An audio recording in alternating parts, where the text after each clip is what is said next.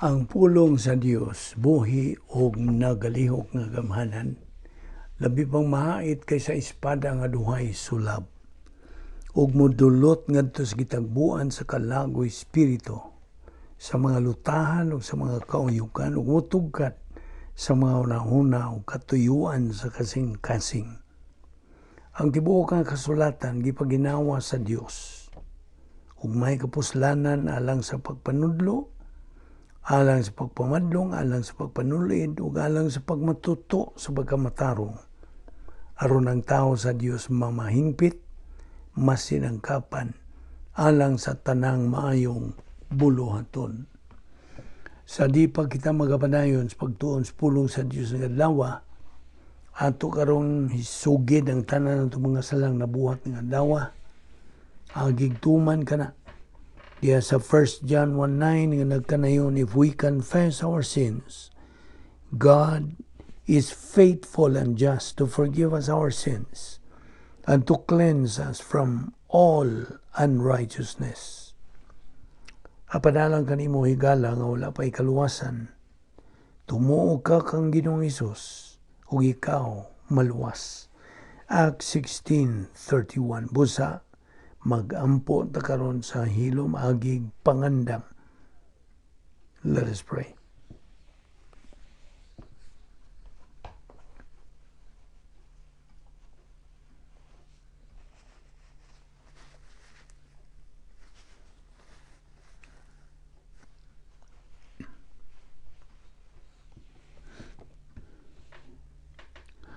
Ama namong langit, no, nagapasalamat kami kanimo nining lain na sa mga adlaw nga imong gipadangat kanamo, Dios, uban sa among mayong panglawas o kalantip sa among panguna-una, aron kami makapadayon sa pagkat-on sa imong kamatuoran nining adlaw.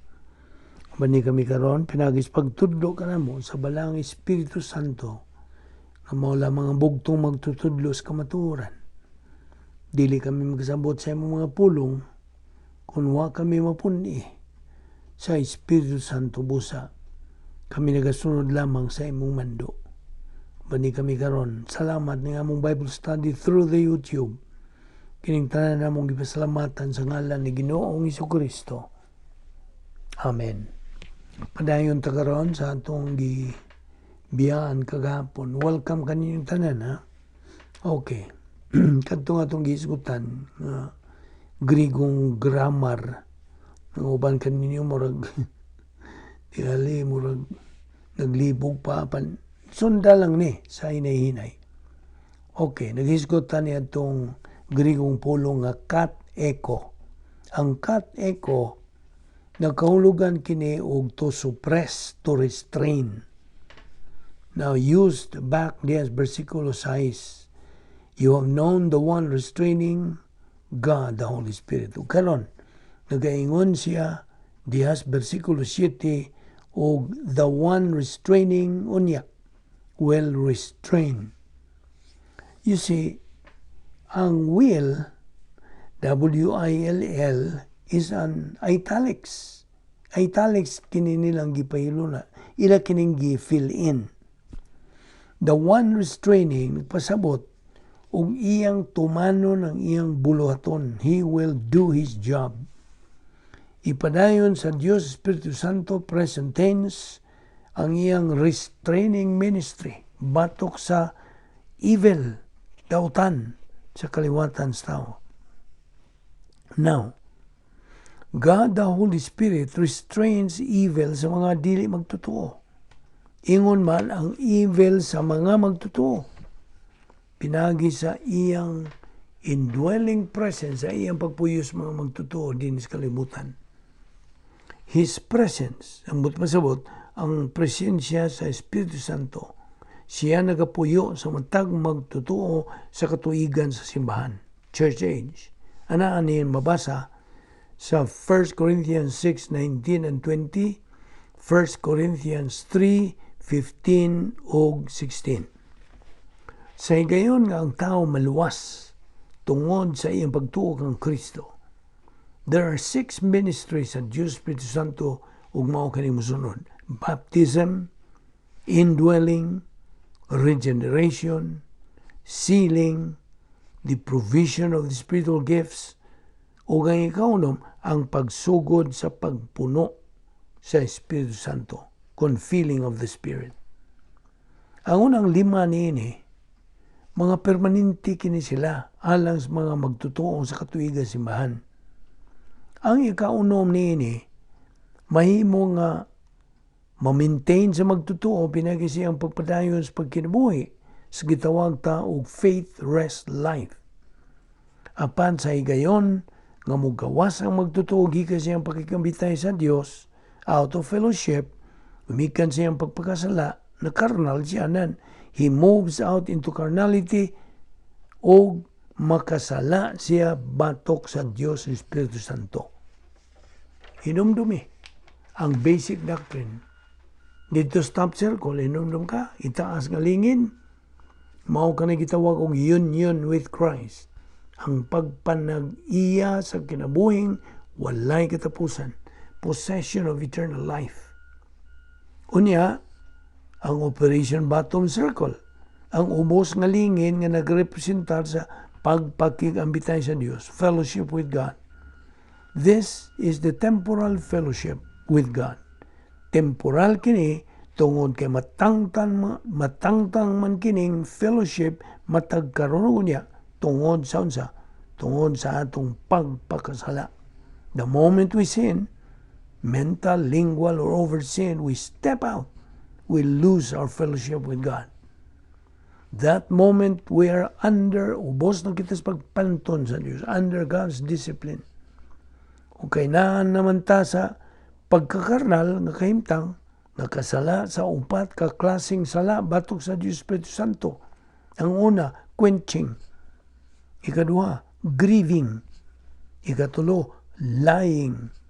Ikaupat, insulting. Na nasa Acts 10:29. By the way, ang quenching, kung pagpalong, refers to the termination of the power supply gikan sa Diyos Espiritu Santo. 1 Thessalonians 5:19. Grieving the Holy Spirit, Ephesians 4:30. Mao kini ang termination of the love and fellowship with God, the Holy Spirit. Lying to the Holy Spirit in Acts 5:2 and 3 is a sin of any false motivation. Og insulting the Holy Spirit, mabasa ta kani bahin ini diya sa Acts 10:29, refers to any mental attitude of disorientation to grace and or pride, the lack of humility.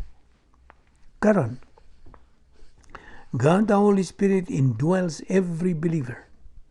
O kining iyang pagpuyo indwelling sa magtutuo, dayo na.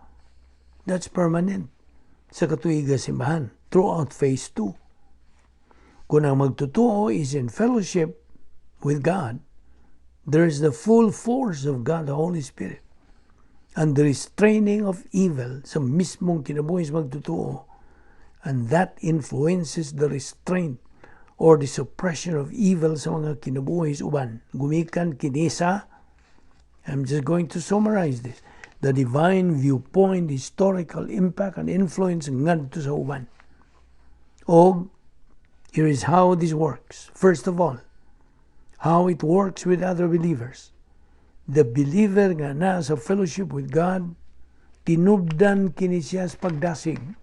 He is a source of encouragement o imitation, pagsundo, for other believers in fellowship aron sa pag-maintain their walk in fellowship. Ikaduha, ang magtutuo in fellowship is a source, tinubdan kini siya sa pagkakumbiktar, to convict sa karnal nga magtutuo pinagi sa iya na unyang pag-usab siyang pagtagad, to change his attitude. Unya mo gamit siya sa rebound technique sa 1 John 1:9 na nagkanayon sa in English, if we confess our sins, God is faithful and just to forgive us our sins and to cleanse us from all unrighteousness. Human niya buhata kana, mabalik dayon siyang ngadto sa pakigambitay sa Dios, fellowship with God.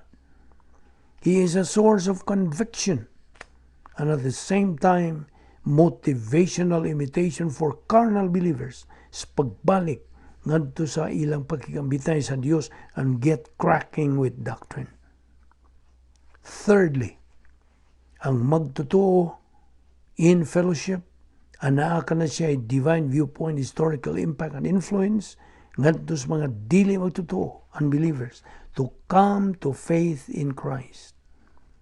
Fourth, ang magtotoo in fellowship stays away from any and all forms of evil sa kinabuhi. Busa ang iyang non-criminal behavior, maga-eliminate an evil influence ngadto sa tanan. So, God the Holy Spirit magagamit sa magtotoo in fellowship, isip iyang pagi sa pag-restrain sa kadautan o evil. It's the Holy Spirit who is doing it.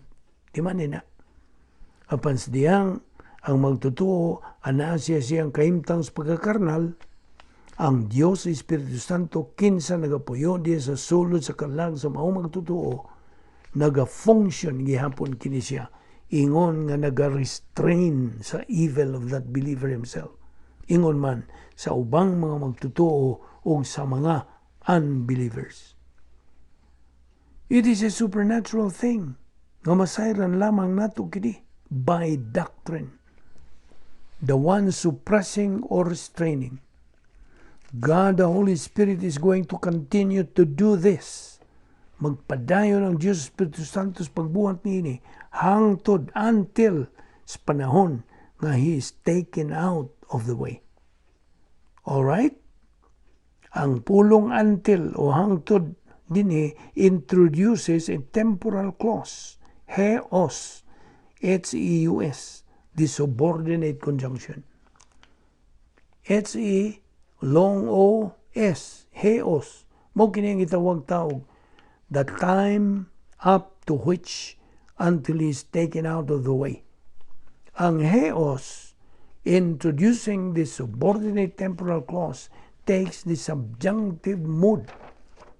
So we have here the aorist middle subjunctive third person singular from the verb ginomai. Ginomai. It literally says, until he may become. The verb ginomai, nagkaulugan og to become.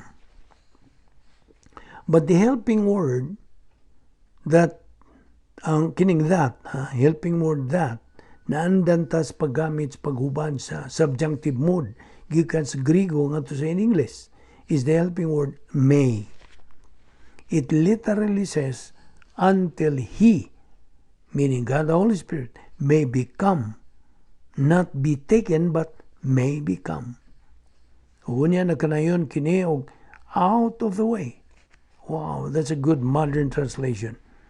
But the Greek literally na kanayon, it says out of the midst. It is the preposition ek, ek. Ek plus the neuter ablative singular of the adjective mesos.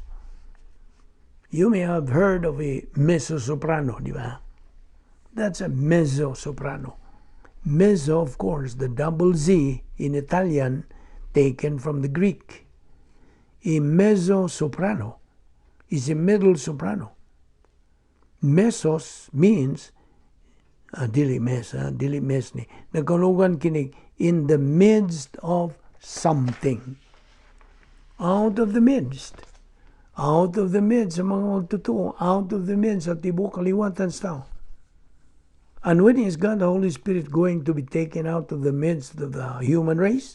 Ugang tubag, at the rapture of the church. That is the terminating event sa katuigan sa simbahan. The Lord Himself shall descend from heaven with a shout, with the voice of the archangel and the trumpet of God, and the dead in Christ shall rise first, and that we who are alive and remain shall be caught up together with them in the clouds to meet the Lord in the air. So shall we ever be with the Lord. Kung sa dihang ang mga believers are taken up, and how fast is it going to occur? 1 Corinthians 15:50, in a moment, in the twinkling of an eye. Well, dili ni twinkle, twinkle, little star. Baya, nagpasabot niyo, pagpilok, pilok sa imong mata. Just a split second. Unsa kapaspas nga may tabo ang pagsakgaw. Kas ang pitik sa imong duha katudlo. Inguna na. We are here, then we are gone. That is taken out of the midst of the human race.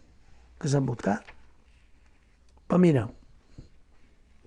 Ang Diyos Espiritu Santo nagapuyo diha sa sulod sa tanang magtotoo in both carnal and spiritual. Samtag na, kung sa gayon, that believer are gone sa pagsakgaw, ang Diyos Espiritu Santo wa na'y puy-an sa kaliwatas tao din sa kalibutan niya ng panahon na. Wala na. And that is what's going to remove the major restraint to evil in Daniel's 70th week tungod kay human sa rapture of the church.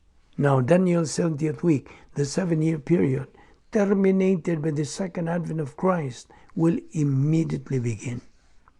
Way kang kita nimo, way kang na. There's no gap in here. Musugod gilayon ang 7-year period nga gitawag og tribulation period. The one suppressing, God the Holy Spirit, is the one suppressing, and the one suppressing will suppress. You see, inumdum ka pa ba sa giingon og let? Ang pulong let does not mean let at all. It means unsa? To suppress or restrain. His restraint on evil. The one suppressing will suppress until such time as he may become unsa? Out of the midst of the human race. And when is he taken out? At the rapture of the church. And listen, human yus pagsakgaw sa simbahan, that is when the man of sin, the lawless one, the Antichrist, will be unveiled. Ipadayag na. Now, we know the system out of which the Antichrist comes. That whore system, the prostitute system, riding the beast. Nagisgutan di sa pinadayag 10 ngadtos 17. Kanang corrupt religious system din hinining kalibutan. Until he, God the Holy Spirit, may become out of the midst. Gonna be removed from the human race tungod kay kini ang iyang restraining ministry. Dili sa iyang convicting ministry, dili sa iyang regenerating ministry, kundi sa iyang restraining ministry. Kung mo hinungdan, ang giingon og Daniel 70th week, ikakapituag simana ni Daniel, is going to be a time of unprecedented evil, of unprecedented lawlessness din sa tibuok kalibutan. Nga diyan ang tibuok ng kalibutan, wa pa makasaksi ni masukad. Sa giingon nga Olivet Discourse sa atong Ginoo diya sa Mateo 24:25, nga diyan naghisgot kinis mga adlaw ni Noe. Diya sa Mateo 24:38 siya miingon og, as it was in the days of Noah, kini sila nangaon og nanggiinom, nanggiminyo, and giving in marriage up to the day Noah entered the ark. And they knew nothing about what would happen until the flood came and took them all away. That is how it will be at the coming of the Son of Man. Verse 42, therefore keep watch, because you do not know on what day your Lord will come.